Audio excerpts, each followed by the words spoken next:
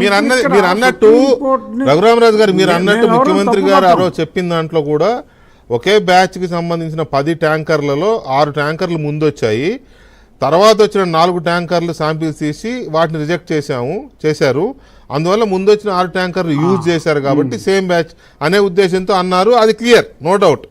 కానీ ఇక్కడ కోర్టు వారు అడుగుతున్నది ఏంటి, వాళ్ళ మీరు నెయ్యితో పాటు అప్పుడు మీరు ఏవైతే కల్తీ అయినాయి అని చెప్తున్నారో లడ్డూలు, ఆ లడ్డూల శాంపిల్ కూడా పంపించారా టెస్ట్కి అనేది కోర్టు అడిగిన ప్రశ్న. లడ్డూ శాంపిల్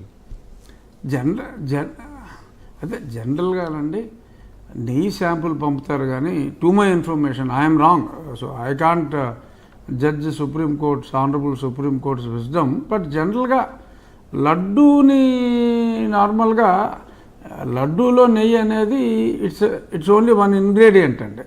అవును. సో నేతితో లడ్డూలో నెయ్యి వాడతారు తప్ప it's not the other way round. అందులో నెయ్యి క్వాంటిటీ బహుశా ఉంటే యాజ్ ఎ పర్సంటేజ్ తీసుకుంటే ఒక 4-5% ఉంటుందండి. దట్ ఈస్ అడ్హెసివ్ లాగా వాడతారు ఆ నెయ్యిని. అంటే అదంతా లడ్డు షేప్ రావడానికి ఆ నేతితో చేస్తారు అంతే తప్ప అందుకని నెయ్యిని పరీక్ష చేస్తారు కానీ జనరల్గా ఐ డోంట్ థింక్ లడ్డూని పరీక్షకు పంపారా అనేది టెక్నికల్గా it may not be right. ఎందుకంటే ఒకసారి సుప్రీంకోర్టు ఒక మాట అన్న తర్వాత మనం ఎవరో కామెంట్ చేయడానికి పనికిరాం. జడ్జిమెంట్ కాదు, ఇట్స్ ఓన్లీ వేరియస్ కామెంట్స్ అండి, పాసింగ్ రిమార్క్స్. రేపు డెఫినెట్గా 3వ తారీఖు క్లియర్ కట్గా గౌరవనీయులైన ముఖ్యమంత్రి గారు ఎందుకంటే ఆయన ఆచితూచి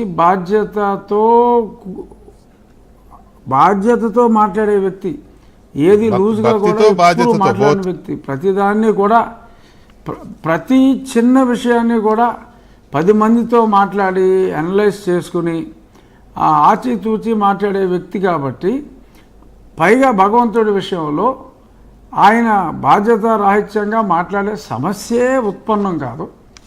ఎందుకు అలాగా అనవలసి వచ్చింది అన్నది కూడా డెఫినెట్గా రేపు 3వ తారీఖు ఆర్గ్యుమెంట్స్లో ప్రభుత్వం తరఫున ఐ థింక్ ముకుల్ రోహతగి గారు ఉన్నట్టున్నారు. So he will certainly present the state's argument on behalf of Luthra is representing TTD తరపున లోత్రా అండి, రాష్ట్ర ప్రభుత్వం తరపున ముకులు, సో ఆ 3వ తారీఖు ఆర్గ్యుమెంట్లో ఇవాళ పాసింగ్ రిమార్క్స్ చూసి ఏదో ఒక పర్టికులర్ ఎగ్జామ్షన్లో సిట్టు ముందు వేశారు తర్వాత కామెంట్ చేశారు అన్న అజంప్షన్లో సుప్రీంకోర్టు ఉన్నందువల్ల అటువంటి కామెంట్స్ చేయవలసి వచ్చింది. దాన్ని చూసి విపరీతంగా సంబరపడుతున్నాయి ఒక ఛానల్.